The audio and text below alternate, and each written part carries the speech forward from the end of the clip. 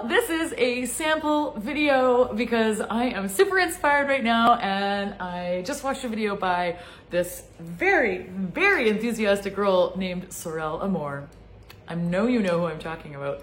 She's super enthusiastic, and so her video today was about aging, and actually it is called How the Fear of Aging Will Make You Invisible. And so basically what happens is I open YouTube and I get all these suggested videos based on what I watch. And like, I watch things like tiny houses, and I watch like sort of motivational stuff. I watch TED Talks. What else is up here? Oh, pole dancing, that's right. So she was talking about aging, and I've got this thing and it's plagued me for decades. I am 44, and I came across a piece of paper the other day that I wrote 10 years ago at a workshop that said, oh, you know, I really wanted to do X, Y, Z, but I'm too old. It's too late for me to do that. And I'm like, I mean, I'm the same things that I wanted to do then 10 years ago, I still want to do now. And 10 years have gone by. So the point is that even 10 years ago, I thought it was too late for me to do whatever it was. But I remember even in my 20s, thinking that it was too late for me to do something, whatever it was, like get a career in, I don't know, something. I forget. I have a box full of journals, and I will be going through them at some point, and I will come across the things that I went through 20 years ago, like writing. Oh, I'd like to be a writer. Well, guess what? I've been writing almost daily for decades. I'm a writer. I write stuff. I have a lot of writing. So there's that. Okay, so that's one example. And the other thing, she said she's really proud of her age. She said a lot of things, but that her main message was that it's not too late. And I love that. And I needed somebody to tell me that. And I feel like, you know what? Would have been great to see that video 10 years ago, but it might not have sunk in 10 years ago. I don't know if this is a new message or if it's an old message. Like, I do remember people discouraging me when I was younger. I don't remember a lot of encouragement, but there is a lot of encouragement now, and I love that. I love that. And I definitely want to be part of the encouragement train, and I think I am. And you know, I'm 44, I'm taking up poi. You know, I decided to take up poi, and even the look on my face, like, am I judging myself? Oh my God, do I need to charge them? But like, I love poi. I don't know why I love poi. I'm totally in love with it. I think it's graceful. I think it develops motor skills. I think it's fun to look at. You know, even when I hit myself in the head, I think it's hilarious because they don't hurt. I think if it hurt, it would be more annoying. But then I might learn faster. Maybe I should get more painful poi. Anyway, the point is that I've picked it up, and that's okay, and it's great. And I also took up pole dancing because guess what? For years, I've wanted to be a dancer. I love dancing, and I've never really taken any dance classes. Here and there, yes, but never dedicated myself to it. I love photography, and I've made that a career. I got really good at it. I've built a very successful business. And you know what? I think I'd like to do something else. And that's okay. And I actually feel people putting me in the box, and they don't mean to, they mean well. And it's just really interesting how it's a thing. It's a real thing. You know, I guess if somebody's an accountant and you know them as an accountant, that's all you can see them as. And I just refuse. Like, if people say they quit their jobs, I leap for joy. I'm so happy for them. Not because of the loss of the job, but because of the potential for the future. Like, I really, for myself at least, I don't think the opportunities that I want that will fulfill my soul's calling are going to come to me if I keep doing the same things I've always done. I just don't think that's gonna happen. Or very, very, very slowly. I'll give you an example.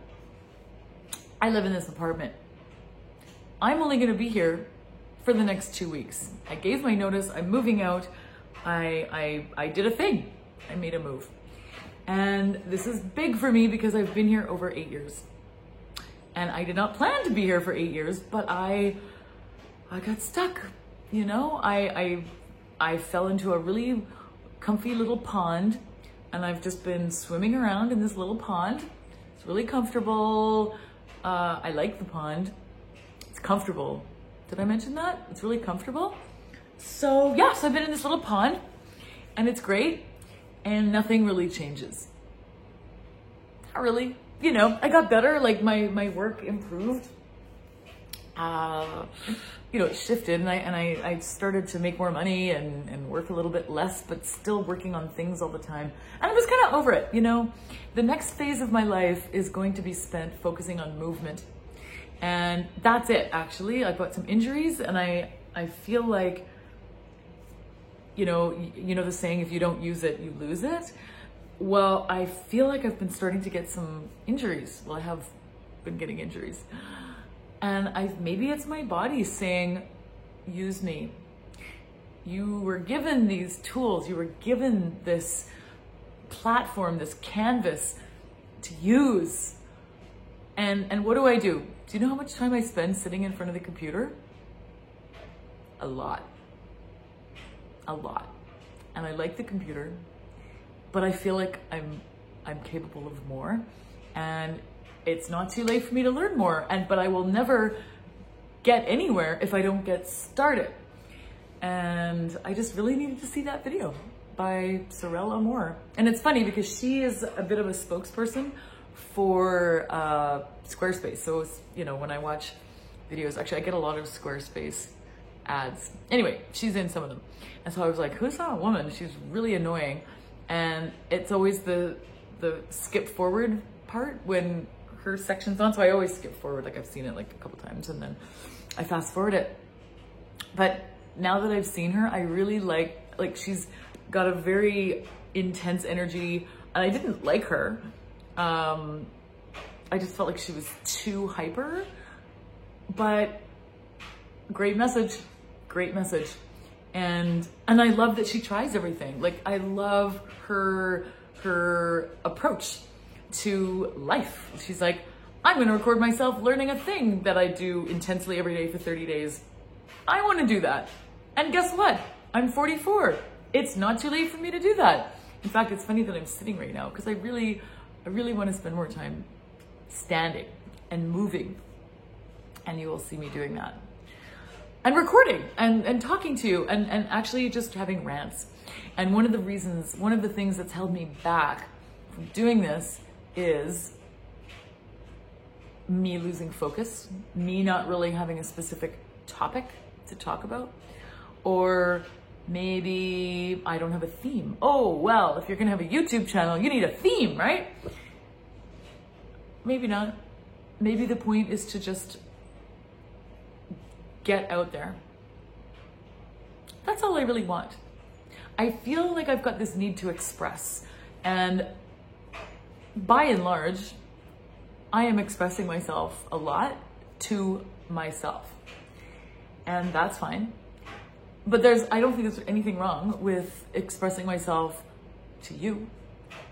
And, you know, if you don't want to watch, don't. You know, the more time goes by, the more people share themselves, and just the more, you know, there's no shortage of content. There's no shortage of people to watch. But what I'm learning at a glacial pace is that it's okay to add my voice to the pile of voices with the same message. I've suffered from this, oh, it's too late mentality. I've also suffered from the world doesn't need another one of whatever it is, me. The world doesn't need another one. Never mind the whole discussion that we're all unique. But, you know, does the world really need another doctor? Does the world need another lawyer? Does the world need another engineer? There are engineers, there are doctors, there are lawyers. Does the world need another photographer? Does the world need another personal trainer? Whatever thing that I've been interested in, I very easily convince myself that the world doesn't need it. There are enough already. That niche has been filled.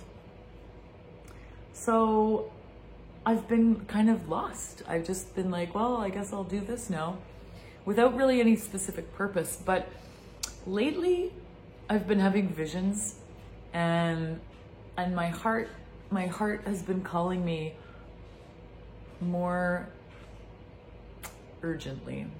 I've been listening. I've been taking the time to slow down and listen. And I'm just gonna follow my heart. It starts with oddly moving. It's a preliminary move. Anyway, I feel like that's another subject for another video, or maybe this is all like one video. I should show you some videos of me playing poi, but I'm just starting to say yes and to the things that light me up. I actually feel like all that I need to do is take care of myself, and the rest will fall into place. I don't need to worry about that. I don't need to worry about it. I've spent a lot of time worrying. I've spent more time than I care to admit trying to figure things out, you know? And I've had real struggles with long-term goals. Do you know how many workshops I've gone to and like meetings and, you know, tried to figure out what my 5 and 10 year goals are? Well, I'm not married and I don't have children, and it's really like I feel like it's easier if you're married with kids. You kind of have an idea of where you're going to be in 5 to 10 years because, you know, your kids are going to be somewhere. You have to put them in school. Like you may or may not have a stable living environment, but you're probably still going to have the kids and want to look after them. So I feel like they have a bit of an advantage. I know this doesn't apply to everybody, but that's just how I feel. But for me, I can literally do anything. I could switch careers. I can go back to school. I could move to another continent. I could do anything I want, which makes it kind of difficult to pick something. You know, if I had some really strong calling, I would just write it down on the list and start heading towards it. But there are a lot of things that I want to do, and so it gets overwhelming really quickly. And so I've never really done really well. I mean, I've kind of make up goals just to have them, but if I look at my 5-year goals from 5 years ago, I don't think I would have made them. Actually, I've met financial goals. I've met some financial goals, but yeah, it's interesting because none of the goals really grabbed me passionately. And I actually feel like if I had a 5-year goal that really grabbed me passionately, I could do it in less than 5 years. So my goal right now is to just listen to my heart, follow my passion, heal my body. I've got injuries. I'm going to rehab, heal my body, and just continue working towards the things that bring me joy. And that's it. I'm not worried about anything else. I've got people I can stay with if I absolutely run out of money. I've got a little money in the bank to last me for a while. I've got a bit of sort of passive income coming in. Sort of. We can talk about that later. But yeah, I wanted to record like a really enthusiastic video because I like being enthusiastic. And I don't share myself very much, and I want to get better at it. And I just want to treat you like a friend, because I think that's when I do the best. I do the best when I just talk to you like a friend, because you are.